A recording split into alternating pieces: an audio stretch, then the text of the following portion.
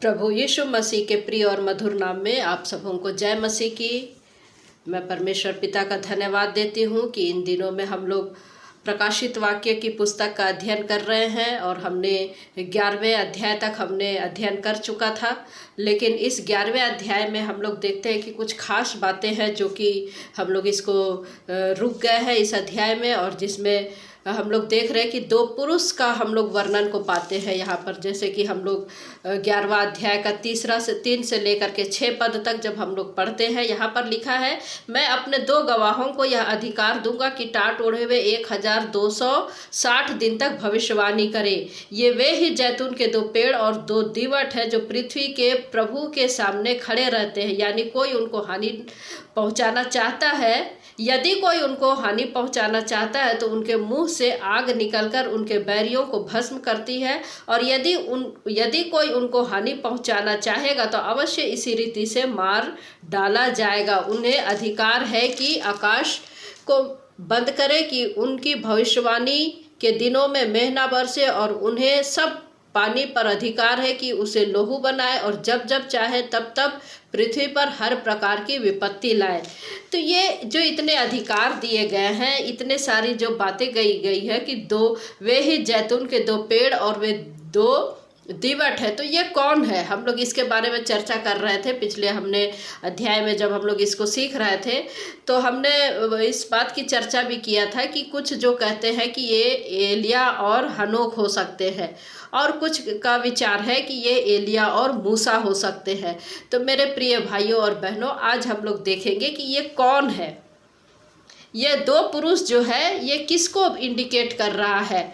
हम लोग वचन में से देखने का प्रयास करेंगे कि वचन हमको हनोक बताता है, एलिया और हनोक बताता है, या फिर एलिया और मूसा बताता है। तो हम लोग यहाँ के साथ साथ हम लोग देखेंगे कि जकरिया नबी की पुस्तक में हम लोग 4थे अध्याय में जब हम लोग पढ़ते हैं, इसका वर्णन हम लोग को यहाँ भी मिलता है। 4था अध्याय को हम लोग पूरा पढ़ते हैं। यहाँ पर जकरिया नबी को जो है दर्शन में बताया जा रहा है, जरुब्बाबेल के लिए बताया जा रहा है। तो हम लोग इसको पूरा नहीं पढ़ेंगे, हम लोग सिर्फ और सिर्फ 12 पद से हम लोग पढ़ेंगे, 12 से लेकर के 14 पद तक। फिर मैंने दूसरी बार उससे पूछा, जैतून की दोनों डालियाँ क्या है जो सोने की दोनों नालियों के द्वारा अपने में ही सुनहरा तेल उंडेलती है? उसने मुझसे कहा, क्या तू नहीं जानता कि ये क्या है? मैंने कहा, हे प्रभु, मैं नहीं जानता। तब उसने कहा, इनका अर्थ ताजे तेल से भरे हुए वे 2 पुरुष हैं जो सारी पृथ्वी के परमेश्वर के पास हाजिर रहते हैं। तो मेरे प्रिय भाइयों और बहनों, यहाँ पर हम लोग देखेंगे कि ये जो ताजे तेल से भरे हुए 2 पुरुष कौन है? ये मेरे प्रिय भाइयों और बहनों, ये अभिषिक्त जन है। ये अभिषिक्त जन है जिनके लिए ताजे तेल से भरे हुए जो बाइबल में हमको वचन बताता है, ये परमेश्वर के अभिषिक्त जन है। यानी कि ये जो 2 पुरुष है परमेश्वर के द्वारा अभिषिक्त किए गए हैं। ये जो वे 2 जैतून के पेड़ है वे परमेश्वर के जन है, अभिषिक्त किए हुए जन है। हम लोग जब इसको देखते हैं कि प्रकाशित वाक्य में जब हम लोग देखते हैं 11वें अध्याय में 5वें पद में हम लोग क्या देखते हैं, यदि कोई उनको हानि पहुंचाना चाहता है तो उनके मुंह से आग निकलकर उनके बैरियों को भस्म करती है। तो किसके मुंह से आग निकल रही है? हम लोग 2 पुरुष के बारे में सीख रहे हैं ना, तो ये किसके मुख से आग निकलने की बात करती है बाइबिल? तो हम लोग इसके लिए हम पुराने नियम में हम लोग देखेंगे ये आग की ताकत किसके पास में है। आज हम लोग इसको थोड़ा सा देखने का प्रयास करेंगे। तो पुराने नियम में हम लोग जब पढ़ते हैं, हम लोग को यहाँ पर बताता है गिनती की पुस्तक उसका 16 अध्याय में जब हम लोग पढ़ते हैं, गिनती की पुस्तक 16 अध्याय उसका 28 पद से लेकर के 35 पद तक हम लोग देखते हैं कि मूसा के पास में हम लोग देखते हैं इसका वर्णन को। यहाँ पर हम लोग देखते हैं एक बलवा को देखते हैं, एक विद्रोह को देखते हैं। कोरह, दातान और अबीराम की जो बातें हैं यहाँ पर, उनकी जो मूसा के खिलाफ में जो हो रही है बलवा, वहाँ पर हम लोग देखते हैं। पूरे अध्याय को जब हम लोग पढ़ते हैं तो 28 से लेकर के 35 पद तक हम लोग को इसके वर्णन को मिलता है। लेकिन मुख्य बातें यहाँ पर 34 और 35 पद है। क्या कहता है? और जितने इजरायली उनके चारों ओर थे वे उनका चिल्लाना सुन यह कहते हुए भागे कि कहीं पृथ्वी हमको भी निगल न ले। तब यहोवा के पास से आग निकली और उन 250 धूप चढ़ाने वालों को भस्म कर दिया। तो ये 250 धूप चढ़ाने वालों को भस्म कौन कर दिया? आग। और इसकी जो प्रार्थना है ये मूसा की प्रार्थना के कारण हुआ। तो मूसा की प्रार्थना में या मूसा के पास में ये जो ताकत है आग लाने की, आग से भस्म करने की, जिसके मुख से आग निकल रही है, हम लोग देख रहे हैं ये मूसा के कारण हो रहा है। मूसा के कारण हो रहा है। हम लोग यहाँ 4 पॉइंट को हम लोग, मेरे प्रिय भाइयों और बहनों, हम लोग यहाँ पर देखेंगे। जो प्रकाशित वाक्य की पुस्तक में हम लोग जो पढ़ रहे हैं, यहाँ पर क्या दिखता है? पहला, उनके मुख से आग निकल रही है, ये पहला हम लोग देखते हैं। उसके बाद में हम लोग देखते हैं कि पृथ्वी पर मेघ ना बरसे। क्या कहता है? उन्हें अधिकार है कि आकाश को बंद करे। उनकी भविष्यवाणी के दिनों में मेघ ना बरसे। उन्हें सब पानी पर अधिकार कि उन्हें लहू बनाए और जब जब चाहे तब तक पृथ्वी पर हर प्रकार की विपत्ति लाए। तो ये सारी बातें हम लोग वचन से सीखेंगे कि ये किसके पास में है। तो हम लोग यहाँ पर मूसा के पास में देख रहे हैं कि आग लेकर के वो मूसा आ रहा है। मूसा के कारण हम लोग देखते हैं कि परमेश्वर के पास से आग निकली और उन 250 धूप चढ़ाने वालों को भस्म कर दिया। अर्थात मूसा की प्रार्थना में, मूसा के पास में हम लोग देखते हैं। दूसरी बात हम लोग क्या देखते हैं? दूसरा राजा में हम लोग देखते हैं। दूसरा राजा का हम लोग पहले अध्याय में हम लोग देखते हैं। और पहले अध्याय में एलिय्याह का हम लोग को वर्णन मिलता है। 9 पद और 10 पद में जो हम लोग देखते हैं, यहाँ पर क्या कहता है? तब उसने उसके पास 50 सिपाहियों के एक प्रधान को उसके 50 सिपाहियों समेत भेजा।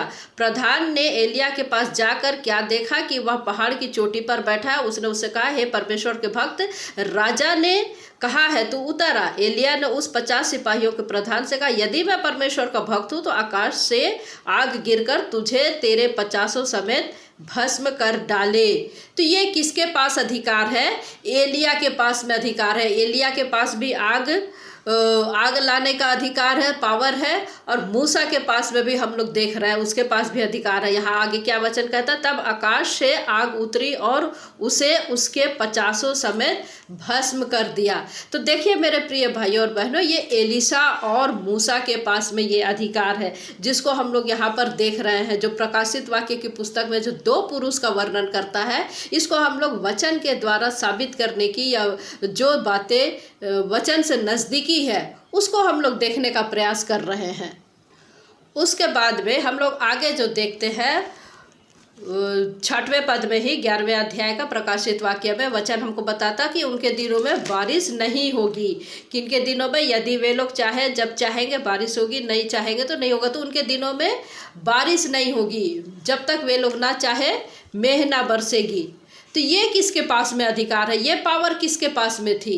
और हम लोग देखते हैं कि एलिय्याह के पास में थी। जो पहला राजा 17 अध्याय में हम लोग पढ़ते हैं, पहला राजा 17 अध्याय का उसका माफ़ कीजिएगा, पहला राजा 17 अध्याय उसका पहला पद और 7वें पद में देखिए, तिशबी एलिय्याह जो गिलाद के परदेशियों में से था, उसने अहाब से कहा, इज़राइल का परमेश्वर यहोवा जिसके सम्मुख में उपस्थित रहता, उसके जीवन की शपथ, इन वर्षों में मेरे बिना कहे ना तो मेघ बरसेगा और ना ओस।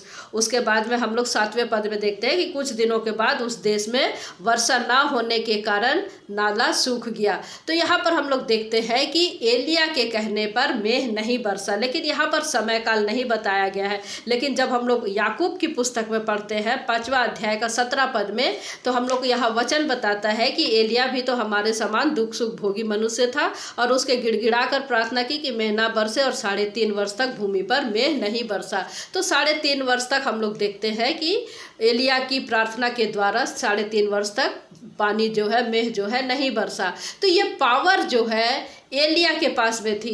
तो हम लोग जब प्रकाशित वाक्य 11 अध्याय का उसका 3 पद में जब हम लोग पढ़ते हैं 1260 दिनों के लिए परमेश्वर ने उन्हें भेजा, अर्थात 3.5 साल या 42 महीने। तो मेरे प्रिय, ये जो आग की पावर है वो एलिया और मूसा के पास में, वर्षा ना होने की पावर जो है परमेश्वर के अभिषिक्त दास मूसा ने, माफ़ कीजिएगा, एलिया ने पाई थी। और हम लोग देखते हैं कि जल का जो लहू में बदल जाना, यहाँ पर जो हम लोग 3रा पॉइंट हम लोग देख रहे थे, जल का जो लहू में बदल जाना, ये पावर किसके पास में है। और हम लोग सीधा जाते हैं फिरौन के, मूसा के दिनों में, जो कि हम लोग निर्गमन की पुस्तक उसका 4 अध्याय 9 पद में पढ़ते हैं। जैसे कि हम लोग देखते हैं 10 विपत्ति के समय में हम लोग देखते हैं कि किस प्रकार से मूसा जो है परमेश्वर की आज्ञा से, यहोवा की आज्ञा से नील नदी का जो पानी है वो कैसे लहू बन गया था।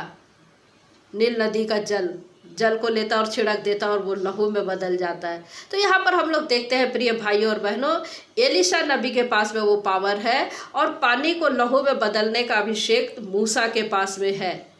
और वे जब चाहे विपत्ति डाल सकते हैं। हम लोग जो 11वां अध्याय का 6वें पद में पढ़ रहे हैं, तो मूसा के बारे में यहाँ पर हम देखते हैं, हम जानते हैं कि 10 विपत्तियों के बारे में परमेश्वर ने मूसा के द्वारा फिरौन और उनके लोगों के पास में उतारे थे। तो मेरे प्रिय, जो 2 जैतून के पेड़ है, ये अभिषिक्त जन है, उनके पास में आग की, अग्नि की पावर है, जो कि एलिया और मूसा में है। और वो बारिश को रोक सकते हैं, जो कि एलिया में है। और जो पानी को लहू में बदल सकते हैं, वो है मूसा। तो ये विपत्ति को लाने वाले क्या कौन है? मूसा है। तो यहाँ पर हम लोग ये अंदाज़ा लगाते हैं कि जो गवाह है, परमेश्वर ने जो 2 गवाह को दिया है, वो कौन कौन है?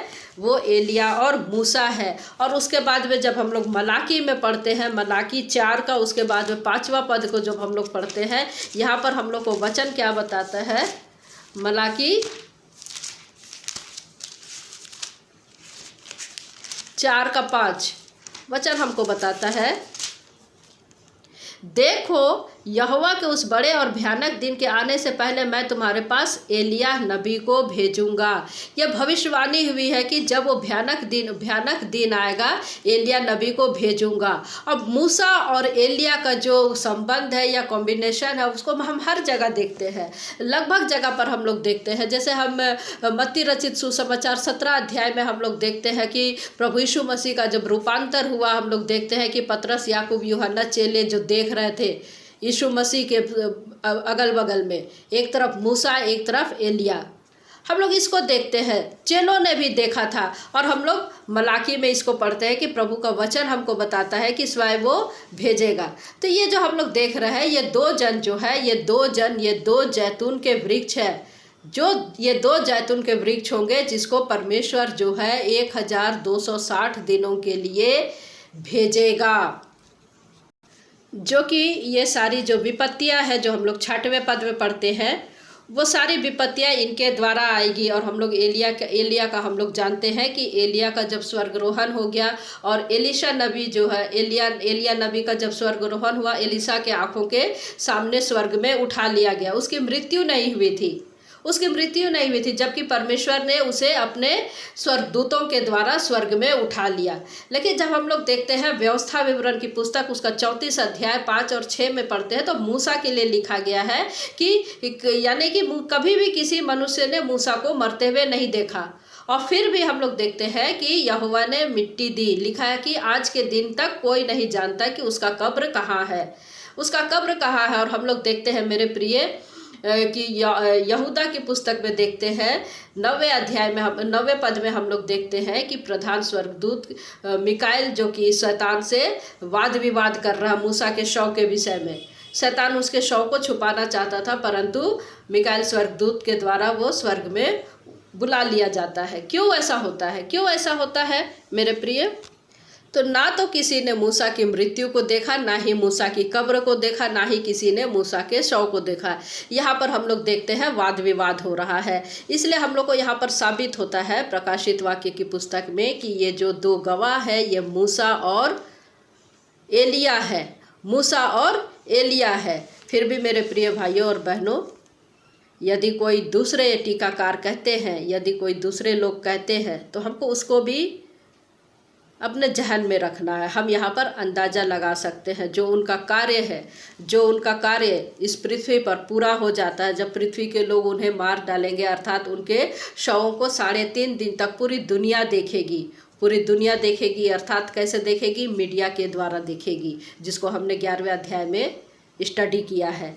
तो ये जो दो गवाह हैं, ये मूसा और एलिया, यही हो सकते हैं। तो मेरे प्रिय भाइयों और बहनों, 11वें अध्याय का 3 पद से लेकर 6वें पद में ये वचन हम लोगों को मिलता है। आगे जो यहाँ पर उनके लिए लिखा गया है, मैं अपने 2 गवाहों को यह अधिकार दूंगा कि टाट ओढ़े हुए। तो ये टाट ओढ़े हुए का क्या समय हुआ है मेरे प्रिय भाइयों और बहनों? ये टाट ओढ़ने का समय है कि उस समय में जो है 99% जो लोग हैं वो अज्ञानी हो चुके हुए होंगे और मसीहों पर बहुत भारी क्लेश का समय चलेगा। और इसलिए यहाँ पर हमको वचन बताता है कि टाट ओढ़ना एक जो है भारी क्लेश को सहते हुए इन लोग कार्य करेंगे। और टाट ओढ़ना अर्थात विलाप करना, ये इस बात को दर्शाता है। हालांकि इनको हम लोग देखते हैं कि कौन मारेगा? अथाकुंड का राजा अबदोन, जिसके द्वारा उनकी हत्या होगी, उनकी मृत्यु होगी। तो परमेश्वर पिता इन वचनों के द्वारा हम में से प्रत्येक को आशीष दे। जय मसीह की। Praise the Lord.